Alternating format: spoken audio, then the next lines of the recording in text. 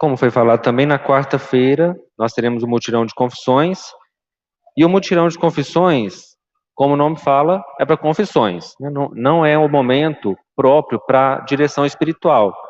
Então, aquela conversa que é mais demorada, que não é confissão, que você precisa de um direcionamento, não tem problema, você pode procurar o escritório paroquial, verificar o dia que os padres estão disponíveis, e você marca e vai lá naquele horário para você conversar de uma forma mais demorada.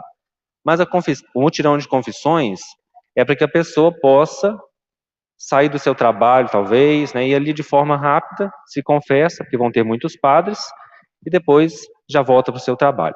Se todo mundo lá na igreja, no dia do mutirão, for demorar 20 minutos, meia hora, 40 minutos, não dá nem para atender todo mundo. Então, não estou dizendo que você tem que confessar correndo, né? Confessar mais ou menos de qualquer jeito.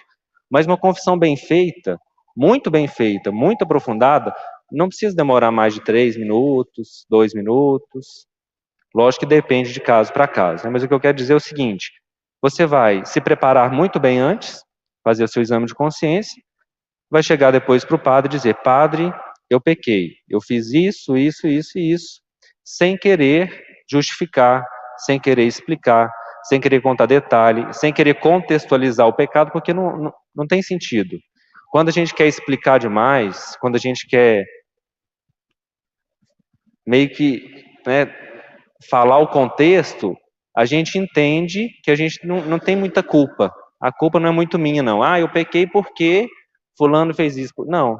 Então, se você está explicando demais, talvez você queira tirar um pouquinho da sua culpa, você não esteja totalmente arrependido, né? Então, quanto mais, vai parecer estranho, mas eu espero que vocês entendam, quanto mais humilhante, porque eu não expliquei, né, eu não me justifiquei, mais eu vou me sentir perdoado, mais vou me sentir liberto, porque eu sei que eu errei, estou arrependido, estou aqui me humilhando para o padre, não para o padre, né, diante de Jesus, para que ele me perdoe. Então, não precisa explicar, precisa explicar o detalhe, se for necessário contar algo que seja agravante para o pecado, sim, né?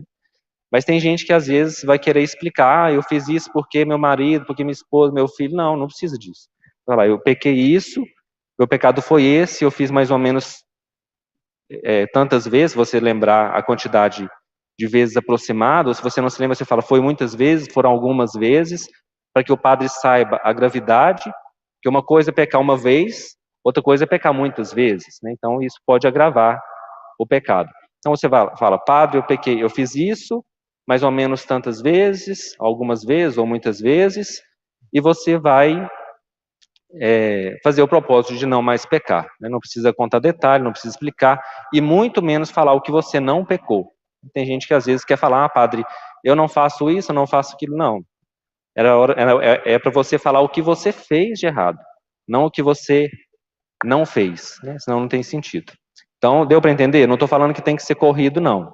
Mas não precisa demorar, porque se for para ser uma conversa, uma direção espiritual, você pode procurar o padre num outro momento, numa outra ocasião no escritório, e conversa ali de forma tranquila depois, tá bom?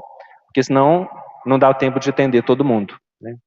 E aqueles que puderem ir na parte da manhã e na parte da tarde, que tiverem disponibilidade, deem preferência para esses horários, porque às vezes muitas pessoas trabalham durante o dia e não conseguem ir nesse horário, só conseguem à noite.